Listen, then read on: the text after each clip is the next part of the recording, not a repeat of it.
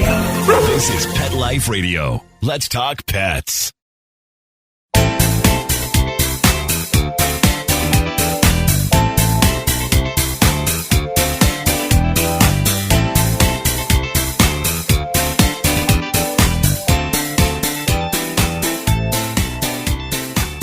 Welcome to Covered in Pet Hair, a boozy show for pet lovers on Pet Life Radio.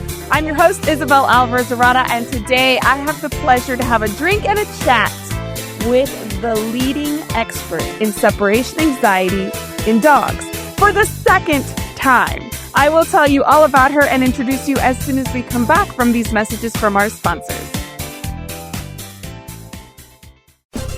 Hi, I'm Isabel Alvarez-Arata, the host of Covered in Pet Hair. You know the expression, cats have 9 lives? Well, what if you could give them one more? The Give Them 10 movement is on a mission to help give cats an extra life. How? With spay and neuter. Spaying and neutering your cat helps them live a longer, healthier life. And it helps control free-roaming cat populations too. Learn more about the benefits of spay and neuter and meet Scooter, the neutered cat, at GiveThem10.org. That's GiveThem10.org. Let's Talk Pets on PetLifeRadio.com.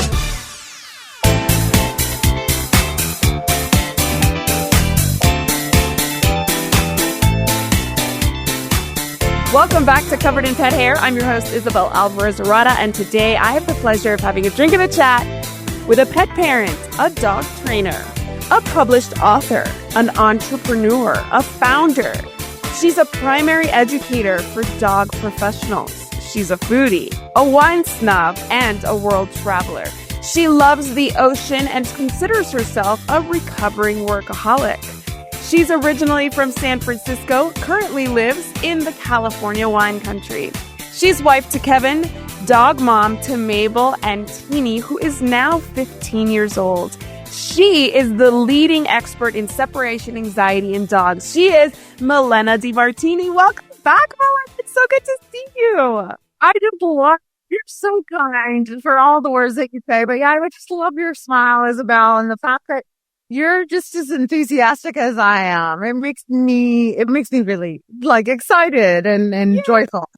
I know any opportunity I have to check in with you, I take as a blessing because you are the leading expert in something that affects so many pet parents. And I feel like there's still so much work to be done because people don't know that they are a pet parent to somebody with separation anxiety. And my goal with these interviews is always to entertain and educate. And you are the perfect entertainer and educator because you're such an expert, but you're also so personable. So thank you for being my guest.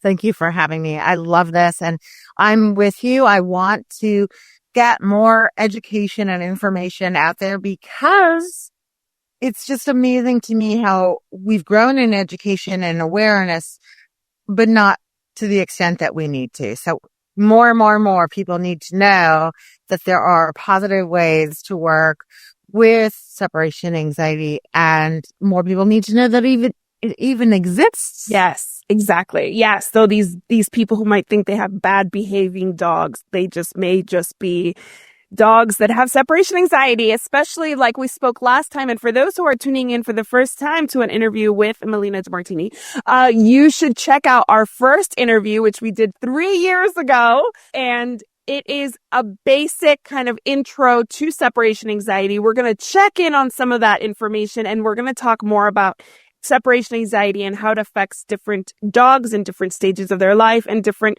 moments or experiences that they might go through.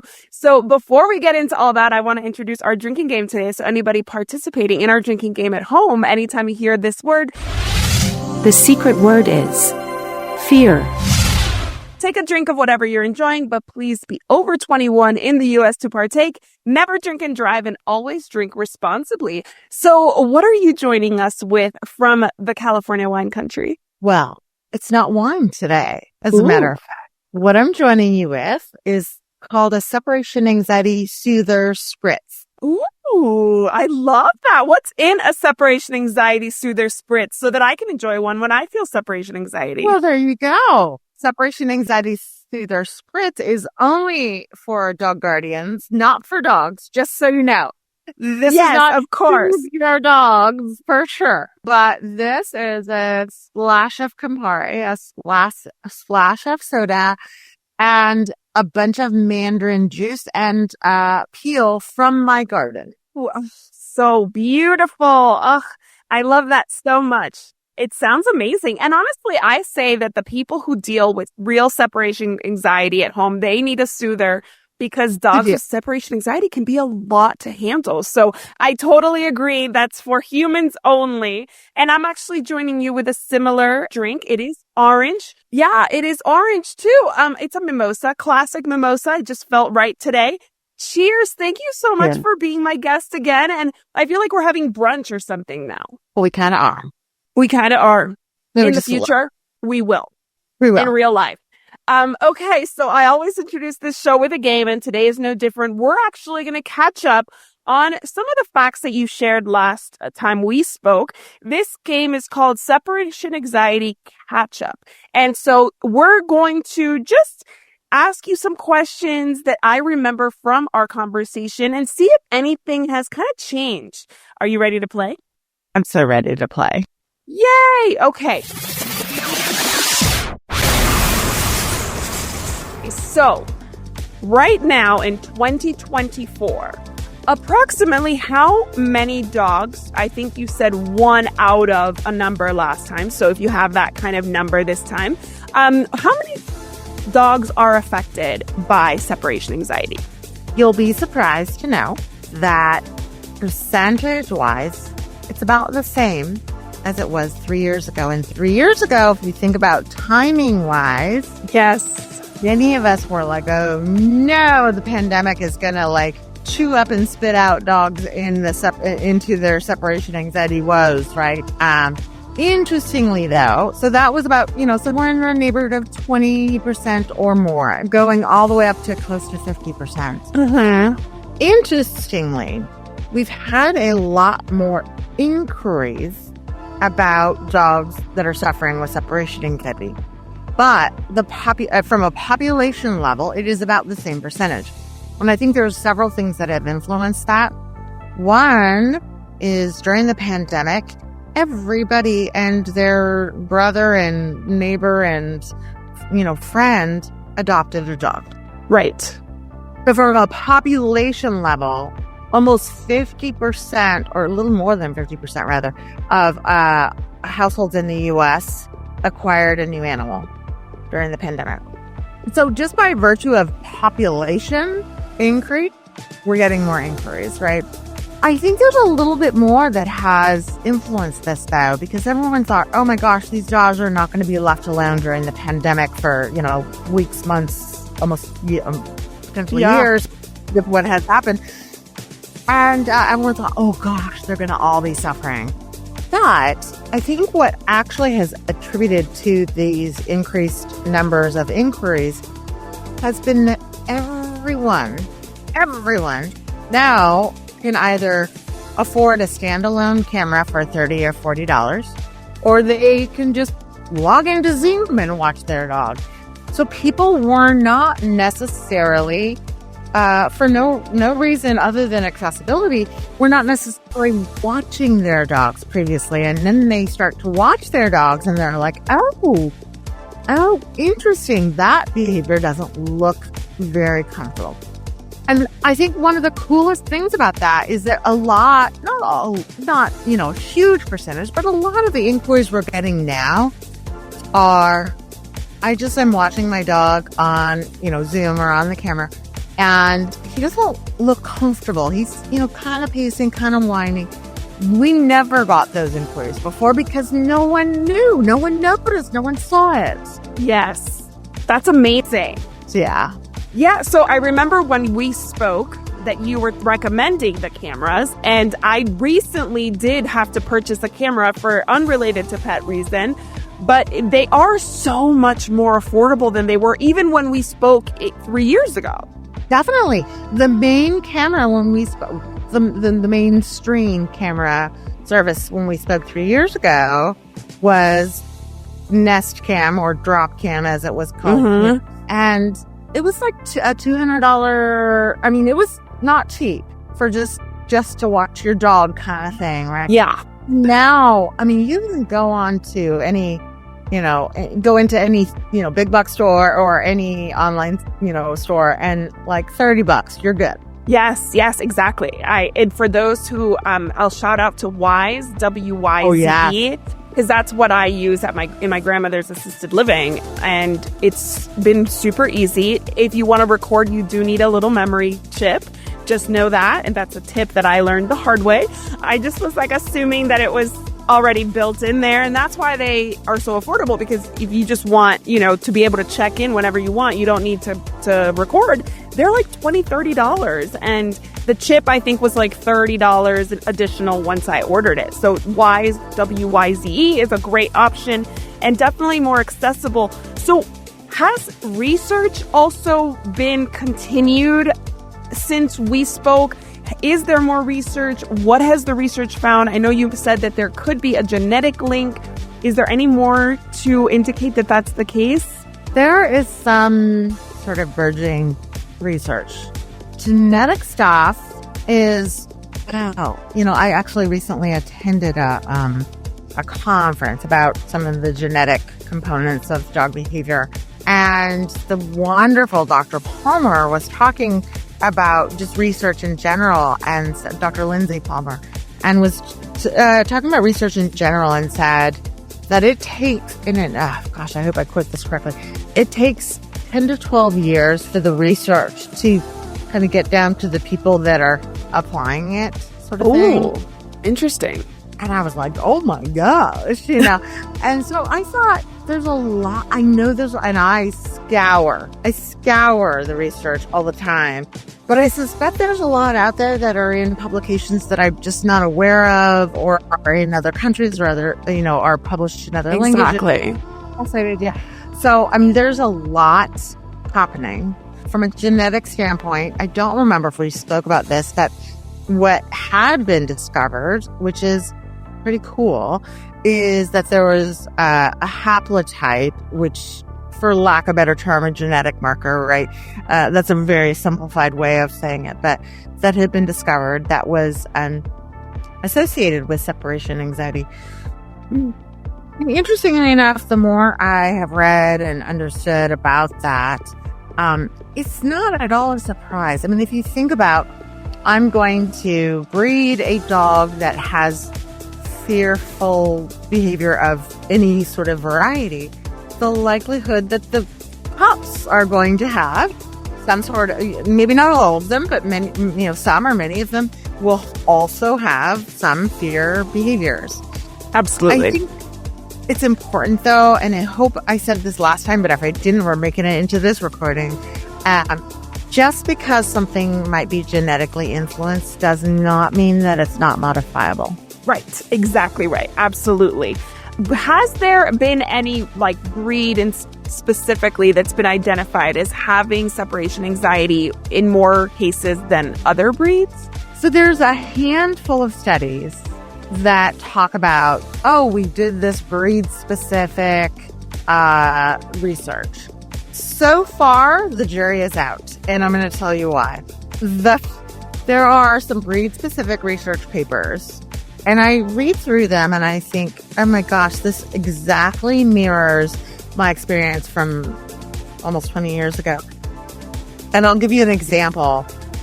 There's one that shows that Vizslas have a high propensity for separation anxiety or separation-related behavior problems. But then when you look through it, and you're like, they're also based in Hungary. So that is the predominant breed, or, very popular breed there. So from a population standpoint, there's a lot more Vizslas there than there might be in, Wichita, Kansas or something like that. Exactly. So the jury is still out. I think what we are starting to see is heritability when we're looking at lines of dogs seems to be fairly prominent. Cross breeds, not necessarily as much. Got it. In other words, this mom and that dad have, some sort of fear-based separation-related behavior problems, those pups in that lineage, in that line, may continue to show some of those behavior issues. But that doesn't mean another dog breed that didn't have those problems would produce that. So still out. That. Still okay. And do you see it more often in purebreds versus rescues? Is it about the same? Is the jury still out? Okay, from a research perspective, the jury is still out. I'm going to give you my personal experience because I think it's important that we hear it. There's a lot of discussion about, well, obviously, shelter dogs are, going to have more separation-related behavior problems than purebred dogs. That is not, anecdotally anyway, from my experience, what we see in our practice. I mean, we have probably a similar amount of purebreds as we do, rescues and mixed breeds and things like that. So I commonly say that separation anxiety is sort of indiscriminate. Like, it's like, oh, you, and maybe you over there, and maybe you over here. It's just, but we don't know enough to know. We know so much about what doesn't cause separation anxiety, but we know very little about what does. So, okay. So that's my next question. What does not cause separation anxiety? Maybe like the top 3, maybe some surprises that some myth busting here. Love it. This is one of my favorite topics, just so you know. The number one thing that I want anybody and everyone to hear, look, you can shut this podcast off if you have to go somewhere, but hear this one point. Just hang on for 1 second. Spoiling, quote unquote, activities are not only are they not really correlational, but they're not causational for separation anxiety. And so when you are a dog guardian, and you recognize and realize that your dog has separation anxiety, the first thing that people will commonly do is talk to their friends and their colleagues and their family. And 99% of those folks, just making that number up, but it's true, are going to say, if you just didn't spoil your dog so much, stop letting him sleep in your bed, stop giving him treats all the time and taking them everywhere with you, and et cetera, et cetera, et cetera, letting them on the couch, all the things. That has those, we're going to call them spoiling behaviors, but in my personal opinion, that's how you love a dog. Exactly. That's just care. That's care and kindness and love, right? Yes. And none of those correlate with separation anxiety. And that research actually started very long ago.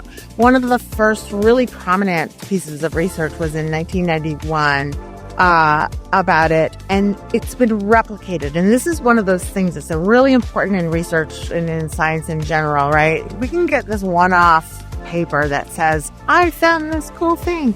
But until it's replicated, and then again replicated, and then again replicated, we don't know. We don't know. But this research has been replicated many, many times since the early 90s. And nope, love your dog, kiss your dog, pet your dog, sleep with your dog in the bed, all the things, because that's not going to cause or even impact their anxiety. Exactly right. I stumbled upon a video of a dog trainer. I don't know what their credentials were on social media. And it was that you're over spoiling your pet, and that's going to lead to you not being able to leave the house. And I made the mistake of commenting, being like, that is not how separation anxiety works. And so many people were like, I know for a fact.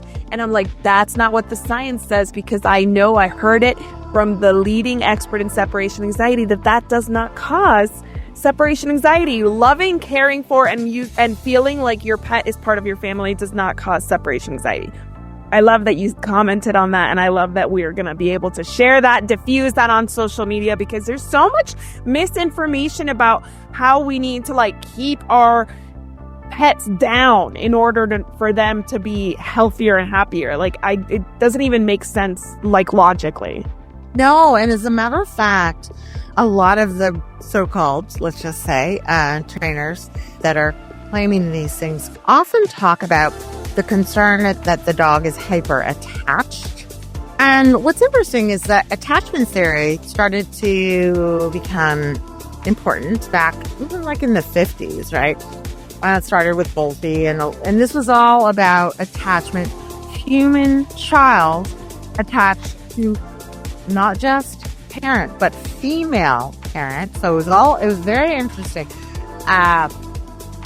But attachment theory, there's so many holes to be poked there. But one of the things that I think is really important that people hear is that attachment, when it is a positive attachment, right? A supportive attachment, meaning they're getting everything that they need, that is correlated with fewer levels or lower levels of anxiety as opposed to insecure attachment. This is true in, human relationships too. Insecure attachment, where they're getting variable, like sometimes I hug you and love you, and sometimes I'm mad at you and I, smack you on the head or what.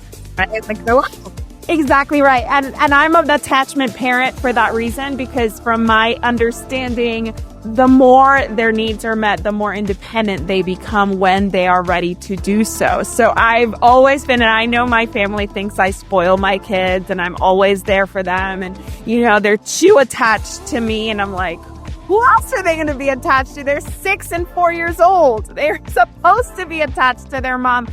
And from a pet parent perspective, who's feeding the dog? Of course they're going to be attached to you. They can't open the door, drive to the grocery store, and buy themselves kibble. You are their provider and their source of survival. So of course they're going to be attached to you. And it would be really unnatural for them not to be, knowing how our families function and how we feed them once or twice a day, how we provide for them every single thing that they need in their life. Makes no sense.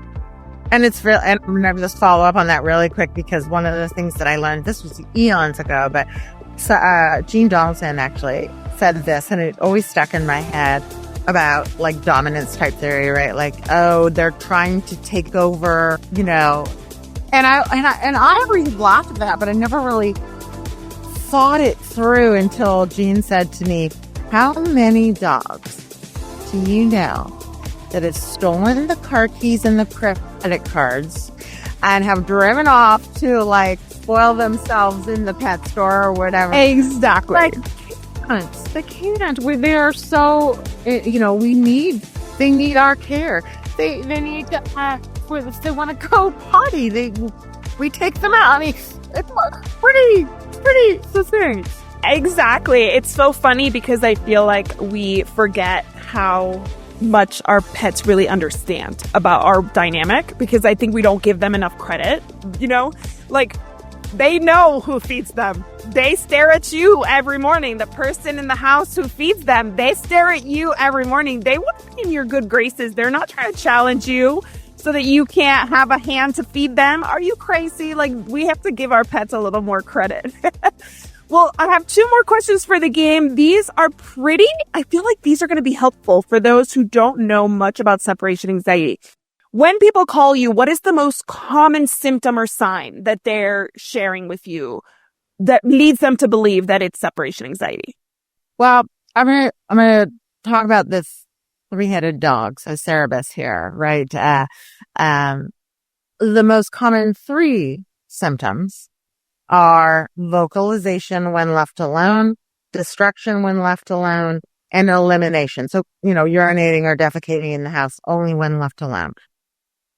I think you're right. This is really important for people to hear, because that is changing, as I kind of alluded to earlier, now that people have cameras to watch their dogs.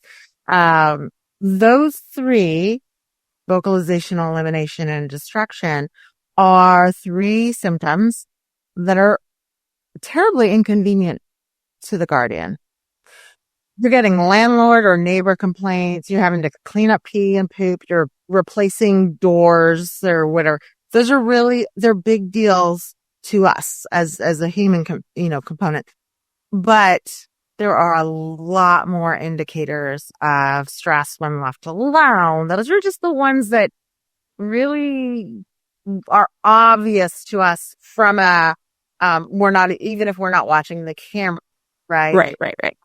And so to me, things like excessive panting, pacing, drooling, scratching, there's so many, even just freezing and pupillary dilation, and like a dog that's like terrified and trembling there's no inconvenience to the guardian or to the neighbors or to anybody, but that's a horrible, horrible way to spend 4 hours while someone's, out at a movie or whatever it is, right? Or 8 to 10 hours if they're at work. Oh no. And have you seen any unusual signs that people would be really surprised to learn can be related to separation anxiety? So I'm going to say maybe this isn't unusual, but I will not commonly, but often enough get referrals from veterinarians saying this, the guardian says he doesn't like being left alone, but, we want to talk because this dog has severe GI issues or severe skin allergy type things or that kind of stuff. And I'm not a vet. Gotta say that across the board. And of course I'm not saying that I know that these things are correlated from a medical standpoint, but so many of these dogs, I'll tell you this. When I was in corporate America, I was a stressed out mess. And I used to have a bottle, I'm not joking, a bottle of Pepto-Bismol in my desk drawer. Because I was constantly like, oh, I don't feel well. And I was just like slugging at that. Well, stress can and often does create gastrointestinal issues. Absolutely. And skin irritation and all the things. Again, that obviously has to be discussed with and diagnosed by a vet, but it's not uncommon. And it's one of my favorite things is when we start to work on the dog's separation anxiety. And then suddenly you're like, oh, they have normal stool again. That's amazing. And you're like, oh, so it wasn't, so what comes first, the chicken or the egg? We kind of don't until we start to make some progress with the anxiety. But I think that's an important one to think about and to recognize. And it's one of the things we track very carefully when we're working with dogs, like, what is their GI like? What are other aspects of their health looking like? That is so important because I'm a big believer in knowing the root cause for ailments, right? And if we don't kind of know that maybe you go to the vet and you're telling your vet your dog has GI upset, but you forget to mention that you're also working with a dog trainer because of separation anxiety, that's really important information because maybe the vet will be educated enough to say like, hey, I know this person who may be, who's the leading expert, who may be a better resource than, a dog trainer who's not specializing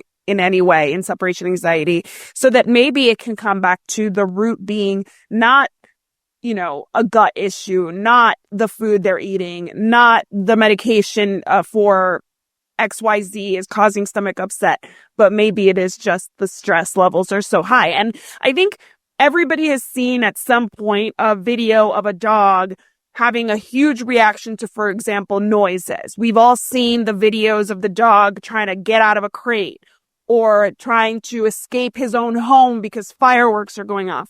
But I think a lot of people haven't seen these subtle yet really telltale signs of a dog with separation anxiety. And like, sometimes they're so subtle because my dog has separation anxiety. It's better when she has a pet mate. She does not do well individually at all. And it's very subtle with her. It's very kind of like that very excited return from the store. She's just jumping out of her skin after an hour. 10 minutes out front, she's fine.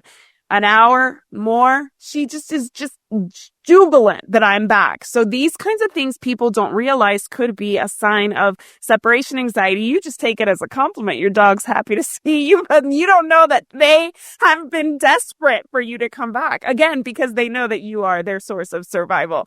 So thank you so much for catching us up on that. I want to catch me up on your business and everything that you guys are doing. I want to shout out to you and your team for supporting the Texas Pet Sitters Conference. You're always so generous with us, sharing with us your Mission Possible course, your books. So what do you have going on right now other than everything you've always done, which is your books, your courses, and being basically the leading trainer for dog trainers that want to specialize in separation anxiety?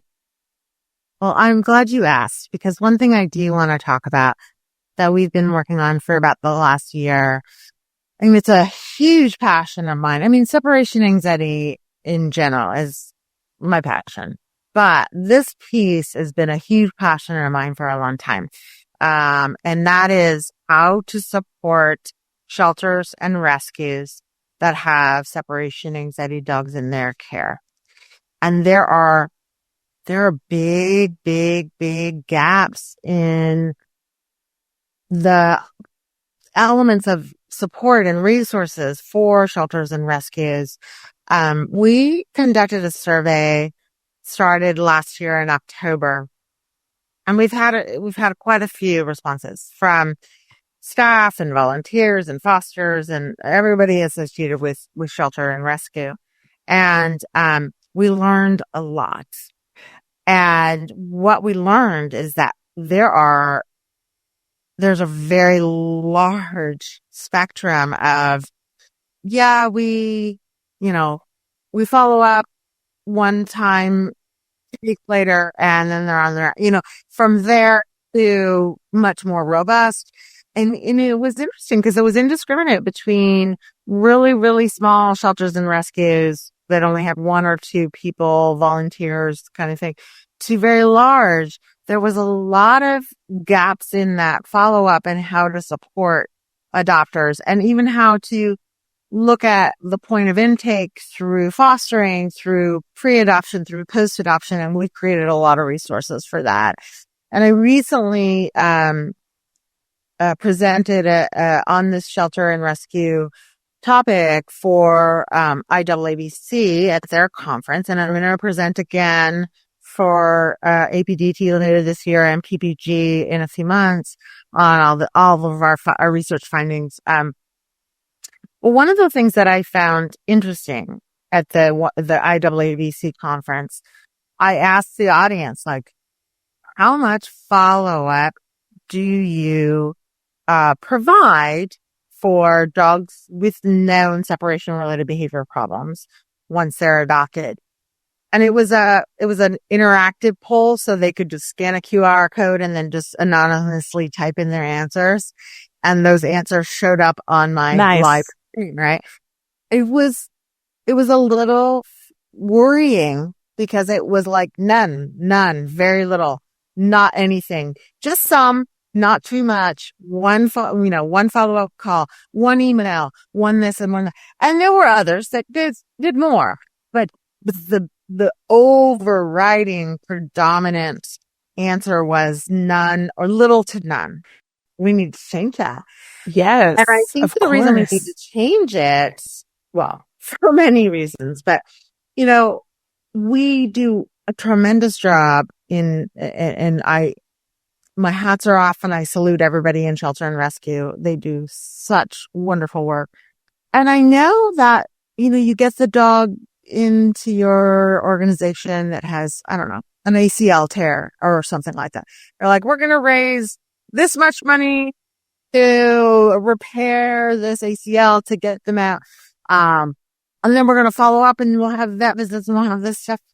Separation anxiety is a behavioral emergency. Okay. It may not be medical in the sense that you can't operate on it, but it is a behavioral emergency. And I think we need to give those dogs that same level of kindness, care, and support, and those adopters as well. So I'm hoping to start to educate and provide more resources that will allow people to adopt these dogs with the understanding and the hope that this can be addressed, Yeah, absolutely. What's really interesting is that as somebody who supports and advocates for rescue and obviously advocates for training, especially for situations like separation anxiety, I never thought about maybe people doing a fundraiser to get a dog trainer involved for a dog that is in a shelter environment that suffers from separation anxiety. It should have been low-hanging fruit and really obvious to me, but until you said it, I was not, it just hadn't occurred to me. So I think that's exactly why we have these conversations. That's exactly why people like you do what you do, so that we can make this more of a approachable topic that has a solution, rather than something that, I'm going to ask you, that may actually destine the dog for the worst or for the unthinkable because they think that there's no solution. So on that note, I'm going to take a break right here. We're going to listen to our sponsors. And when we come back, I'm actually going to dig in deeper into separation anxiety, rescues and shelters, what they do, what they don't do, what it means for the dog. So don't go anywhere. We will be right back with Malena DeMartini. You know the expression, cats have 9 lives. Well, what if you can give them one more? The Give Them 10 movement is on a mission to help give cats an extra life. How? With spay and neuter. Spaying or neutering your cat helps them live a longer, healthier life. And it helps control free-roaming cat populations too. Learn more about the benefits of spay and neuter and meet Scooter, the neutered cat, at GiveThem10.org. That's GiveThem10.org. Let's talk pets. Let's talk pets On Pet Life Radio. Pet Life Radio. PetLifeRadio.com.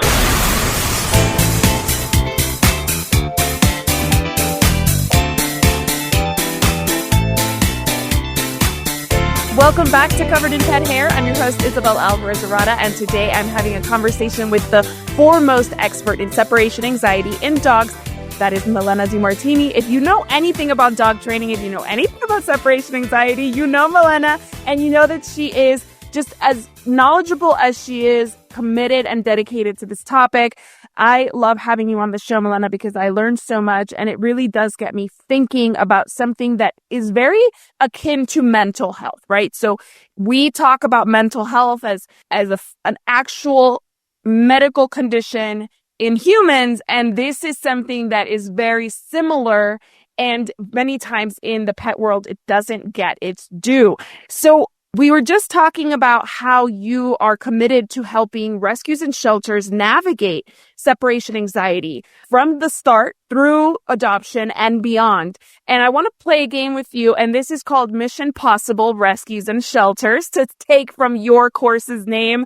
And I just want you to tell me how you and your team help in these specific moments and things that maybe adopters should be looking out for, asking for if they think that they might be working with a rescue that's open to it. So the first question I have for you is, how do you help shelters and rescues at intake? And intake, for those who aren't familiar with the terminology, is when they receive a pet in a shelter environment. Might be like an owner surrender. It might be transfer from a high kill shelter. From a rescue, it might be pulling them from the shelter, or again, owner surrenders or returns. How do you help that process?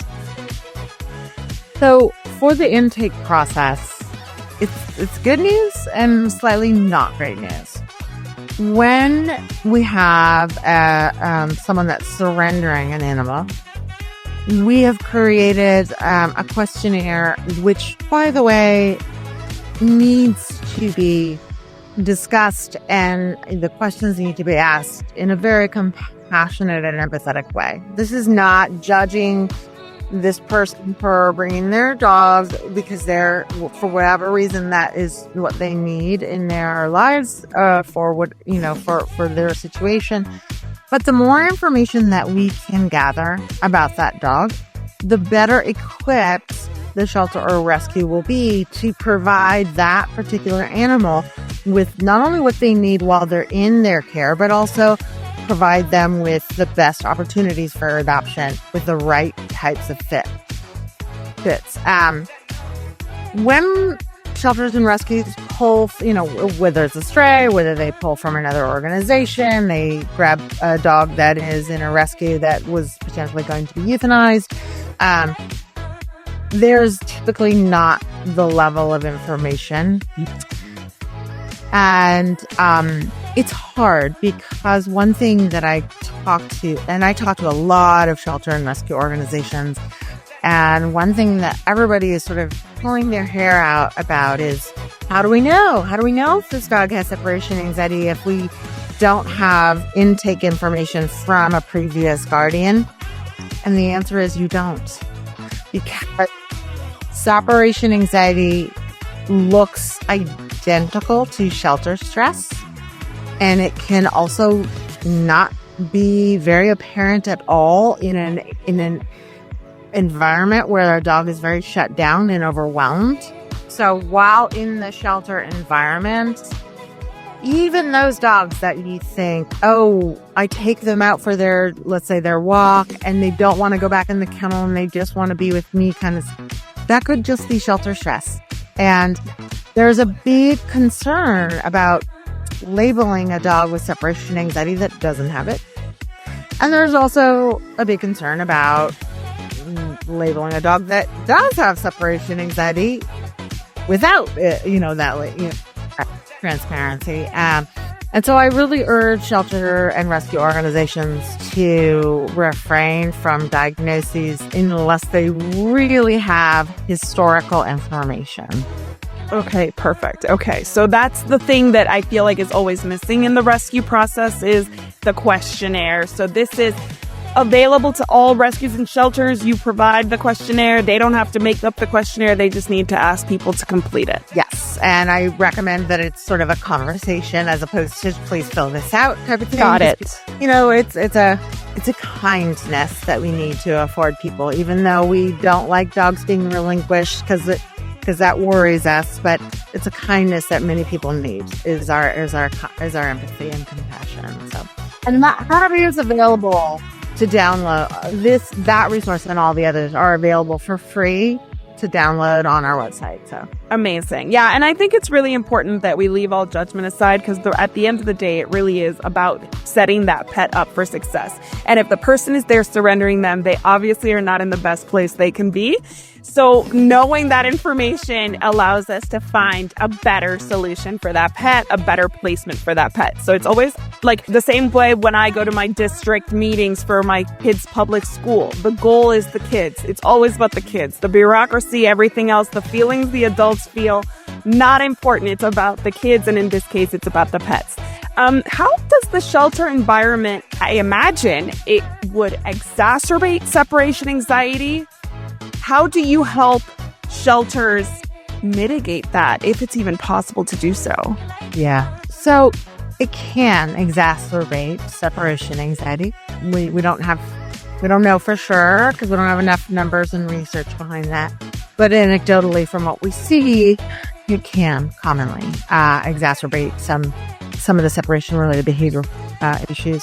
Before fully answering this question, I want to make a huge sort of disclaimer in that I recognize that when we're talking about shelters and rescues, we're talking about organizations that could be one or maybe two people that are just renting it because they love that breed or they love the local community dogs or whatever, all the way up to, a behavior staff of 20 people and a volunteer pool of several hundred, So not every suggestion is going to necessarily work depending on the resources that the individual organization has. The very first suggestion for those that have the resources available would be to consider foster care. And that, of course, would be wonderful for these dogs. And interestingly enough, it's often assumed that the foster needs to do the training for separation anxiety. While that wouldn't hurt, that doesn't apply to the new home. And so if we have limited resources, I'd rather put those limited resources in getting other types of support that goes with the dog post-adoption. Outside of foster, though, there's some really great research. Lisa Gunter and a couple of other folks put the research together about just getting the dog, like, hanging out in the office for a couple of hours with the shelter and rescue staff, getting an overnight with a volunteer, getting a long, day trip with a staff member or a volunteer or, those sorts of things. Continue to, it's not perfect, but these are difficult situations, right? And those continue to allow that dog to kind of reduce some of that stress. And that reduction in stress seems to be contributing to their resiliency to be able to handle the environment that they're in. Really important. So we just have to do the best we can do based on the resources that we have. And, I love that you mentioned when you were thinking, I never thought of raising money, or raising funds for separation anxiety dogs or any behavior for that matter. But, there's a lot of things that even monetarily don't have to be included. I love when we have, whether it's a foster or an adopter of a dog with separation anxiety, creating an online calendar that volunteers and local pet sitters and dog walkers and et cetera can be like, I'll cover that 2 hours while you have to go to a doctor's appointment on Thursday. Nice. That is invaluable. And, so there's a lot of things that we can offer that some, yes, are going to take, some financial resources like training, but others, getting people to help with that management would be amazing. Absolutely. I love the idea of having volunteers sit with the dogs because obviously we don't want to leave them with their fear. Like you said last time we spoke, you just lock them up with their panic and leave them on their own. That's not what we want. So having somebody to just support by just sitting there and watching TV or doom scrolling for 2 hours while the pet is, the pet's there. It's your break. It's your lunchtime, whatever. There's so many, programs out there where we have people volunteer to walk dogs, but I haven't heard of anybody having volunteers to just sit with a dog. And not all dogs want to walk for a whole hour. So sitting with them would be nice too. Very much so. Very much so. Yeah. Most often these dogs just crave a human, being hanging out with them. And I want to remind people too, yes, pet sitters charge and dog walkers charge. There's a lot of low cost and no cost resources too. College students that just want a nice, quiet, Wi-Fi enabled place to. Yes, exactly. Yes. And they're like, can I eat a sandwich out of your refrigerator? Make it, grab some of your freeze or $10 for gas money or whatever, It doesn't always have to, people think I can't afford daycare and therefore I can't. No, daycare is, fine, but it's just one of many, many options, and many of them are free or very low cost. And honestly, knowing the pet sitters and dog walkers of the world as well as I do, many of them volunteer anyway. So it wouldn't be something that they would be unable to do, especially if they take a liking to a specific pet, be a part of that pet's adoption process. If they're available, if they're, maybe January, February, when they don't have a ton of people traveling, they can dedicate their time to that. So it's finding and using those resources, leveraging the connections that we have in the industry, in the city, in the town that we live. How do you support adopters? So I assume that because these shelters and rescues are connected with you, they know your resources, they're referring to you. Do you find that a lot of these adopters actually follow through and reach out? They do. And I think that it's kind of two-pronged. A lot of the shelters and rescues that we work with know that we provide a lot of resources to adopters. And one of the things that we offer any shelter or rescue anywhere in the world, if they want to support an adopter that has a separation anxiety afflicted dog, we will give them a $100 discount on Mission Possible. Mission Possible is $199 regularly, which is lifetime access. We are in that platform every day. People can post questions, post comments. They can ask all sorts of stuff, and we respond to it 365 days a year. So people aren't alone, or adopters aren't alone. So we offer that discount to any shelter or rescue that wants to reach out to us. Nice. Whether they ask whether they want the adopter to pay the $99 or the shelter wants to cover that, that's up to them. But so that's kind of one place that I think anybody from an affordability standpoint could probably start. Absolutely. And it's one of those self-guided but also guided courses. So yes, you do it at your pace. And you do it when you have the time, but you also have somebody to guide you, because this isn't, some training is black and white. This is not. There's a lot of gray and separation anxiety. So you want that support, which is amazing. Yeah. And then other organizations are like, let's give this dog, 1 or more months of one-on-one training. And some of the adopters are like, I want to start out right. I'm just going to go right in and get one-on-one training. And that's awesome too. I have to say, as much as I really feel strongly about getting that one-on-one training so that we don't continue to misstep, it's easy to misstep. The amount of success that we see through those dog guardians that go through Mission Possible is pretty astounding. I want to make sure that people know that, you might want to go through Mission Possible, and now you get, a couple weeks in and you go, ooh, I have a question. Maybe I'll just do a one quick ad hoc half an hour or something like that, to ask some questions, or ask questions within the platform. We always answer that. But if it's really specific to their dog, their environment, we need to be able to look at that. It's one of those things where I feel like if I passed away tomorrow, I would know that there were a lot of people out there that would be able to continue to thrive with their dogs based on something that I've contributed. And that's amazing. That is really special. And I think the building of community for something like this is really important, because a lot of people have no idea what they're getting into. They hear separation anxiety. They're like, oh, we can handle that. And then they see the behaviors.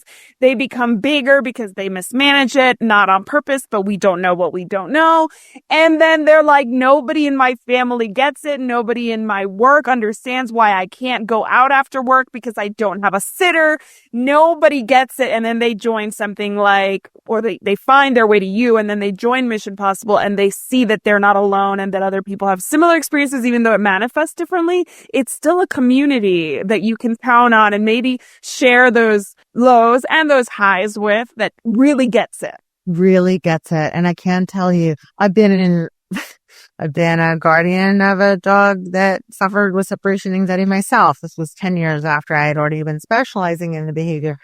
But just having people that said, oh, I know you can't meet us for dinner. Why don't we all come to your house and bring some takeout? Yes. Because they get it. Mm-hmm. As opposed to being like, well, you just can't, we're just going to exclude you kind of thing. Like, you're spoiling your dog. Just leave him. It's a dog. Yeah, exactly. Yeah. So when it comes to education for volunteers or workers in the rescues and shelters, do you feel like there's a huge need for education? Do you find that depending on the funding of the shelter, maybe they have more education than others? Is it just drastically different depending on where you look? How have you found that kind of aspect of this? Because education is so important, especially from the top of the leadership in shelters and rescues. It is really quite varied. And I think those organizations that have someone on staff, or at least a volunteer, that have good behavior background are tend to have much more understanding. Got it. It's a little shocking to me that there's a large component of organizations that are still like, put them in a crate and stuff a Kong and it'll be fine, and shout out to Kong. And no offense there. Stuff a no, food exactly. toy. Yeah. No, yeah. Shove them in a crate and they should be fine. And, I want to get the message out there that don't pay me. I will educate you. I want to you to know that you can help and that there is hope and that these dogs have tremendous ability to improve if we approach their training and behavior modification in the right way.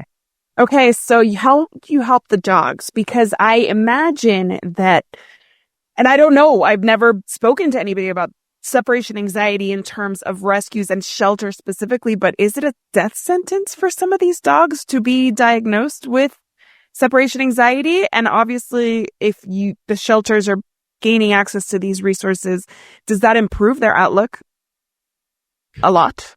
So I'll answer part 2 before I answer part 1. Yes, it does improve their outlook a lot when shelters and other rescue organizations have access to these resources and understand that there are ways to devote their internal resources, not always financially, sometimes not even at all financially, but devote some resources, time, volunteers, to getting this dog into the right home, including things like screening for the right adopter and counseling the adopter. Because saying to an adopter, well, he doesn't like being left alone is not enough. Because 90% of them are going to say, oh, if I love him enough, he'll be fine, kind of thing. Yeah. You know, no, it's fine. I work from home 3 days a week. It's cool. Yeah. Don't go out that often. Yeah. Exactly. They don't realize how often they're gone until they come home and their door has been gnawed to like pieces. Yes. Exactly. So that education, I think, is so, so important. I'll tell you, years ago, there were some local organizations that it was an automatic euthanasia if a dog came in positive, knowing that the dog had some sort of separation-related behavior problem or was relinquished for that reason. And then when we did this survey that we started in October, there's still a few people that filled out the survey. Some of them said we provide some support, we do this, we do that. There were still a handful that said automatic euthanasia. And I really would like to get that education out there because, of course, I can't say that this would be for any and every dog suffering from separation anxiety, but man, most of these dogs that have this particular behavior problem are the most amazing dogs that don't have a whole lot of, if any, other behavioral problems. And we'll just fix that whole separation fatty pink elephant in the room. And then they're like the easiest, most incredible dogs you can ask for. Yes, exactly. Yes. I mean, it's one of those things where we can't fault them for wanting us near them. We can't fault them for wanting to make sure that they're going to survive our next outing. We can't blame them for that. And it really comes from a place where they just want to be safe. They want to have stability. They want that home-loving home environment. That's what they want. So I'm happy to hear that it's changing. It breaks my heart to think that a dog with separation anxiety would be an automatic euthanasia. I understand that there are extreme cases where maybe they're a danger to themselves and others. We see that with aggression. We see that with reactivity. We see them with a lot of different behaviors that there are extreme cases, but it shouldn't be the norm. And speaking of these wonderful dogs, tell me, I know that it was Teeny who had the separation anxiety. You had already been working in separation anxiety, but she kind of solidified this for you as your purpose. How has her aging, now that she's 15, affected her separation anxiety? Is it different? Does it look different? Is it less, more? Yeah. I hope I don't start to get all teary-eyed because she's gotten really up there and we're seeing some considerable signs of aging. But in the last year or two, it has affected her alone time behavior. And I'm not surprised at all because think of it this way. This is going to be a very odd example, but my mother, who is in her 80s, several years ago, decided she was not comfortable driving anymore. She has great vision. She's physically fit. She can hear well, all the things. But she just, as a result of aging, felt more vulnerable. And I wouldn't anyway be surprised if as our dogs age, just like when we age, those little aches and pains and the little things that affect us do start to make us feel more vulnerable. Whenever there's vulnerability, there tends to be the potential for increased anxiety in certain situations. Absolutely. It makes perfect sense. Again, I was listening to this doctor. She was talking about the human brain, and it really applies to all mammals and most animals, that the brain is wired for survival and reproduction. Survival and reproduction, survival and reproduction, whether you're human, dog, cat, no matter.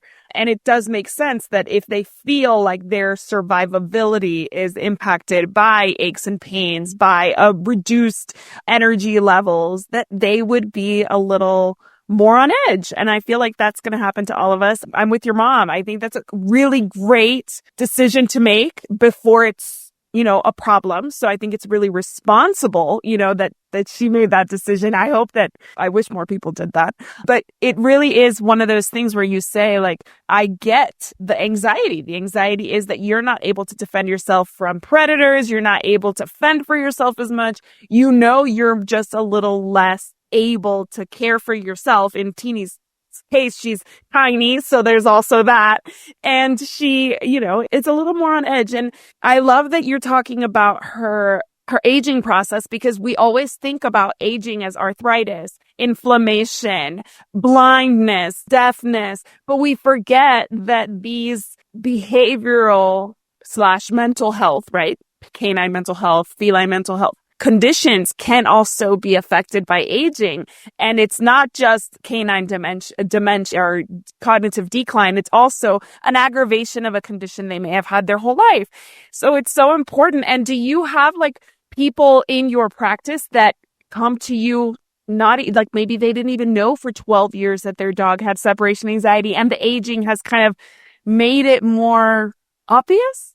I do. And I'll tell you, I don't have the perfect answer, and I can relate it to what's going on with Teeny right now. I mean, I think about it with Teeny, and I think about those times when I've been sick. Like, imagine having a migraine. Like, you want your mommy or you want your partner. Yeah. I think of it the same, like, there's some malaise, who knows of what nature, but I don't want to be alone because I don't feel perfectly. Right. And I think about Teeny, and when in the last year or two, as she has started showing signs of discomfort when left alone, I don't feel personally that I want to jump into a full-on behavior modification protocol and try to help her learn to be alone successfully. I feel like these last months, years, whatever, I just want to support her in any and every way that she needs to be supported in her senior years.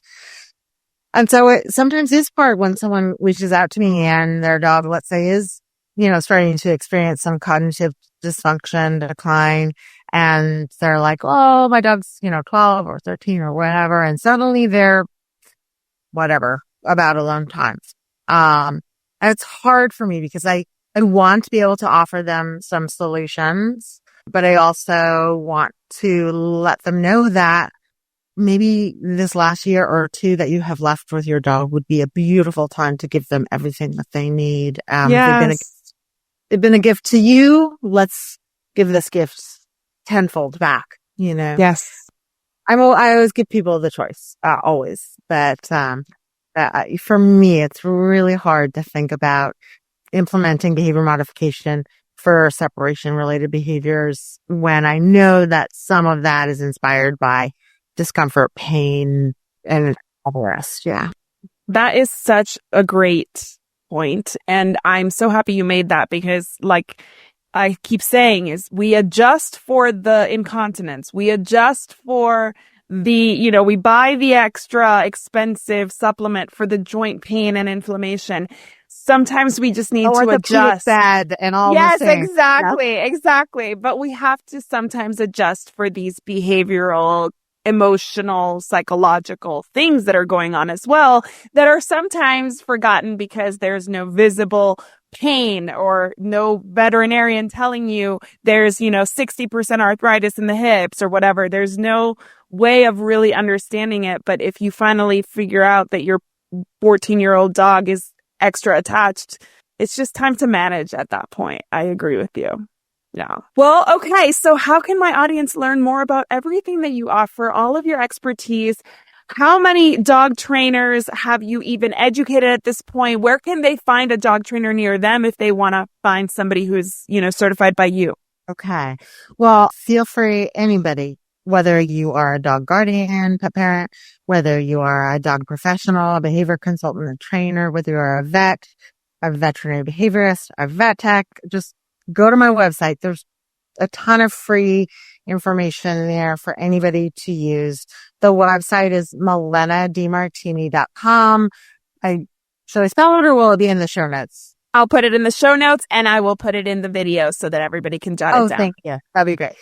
And there are a number of ways that we can support individuals. Right now, I think I've sort of lost count, but it's over 250 certified separation anxiety trainers that have graduated my program.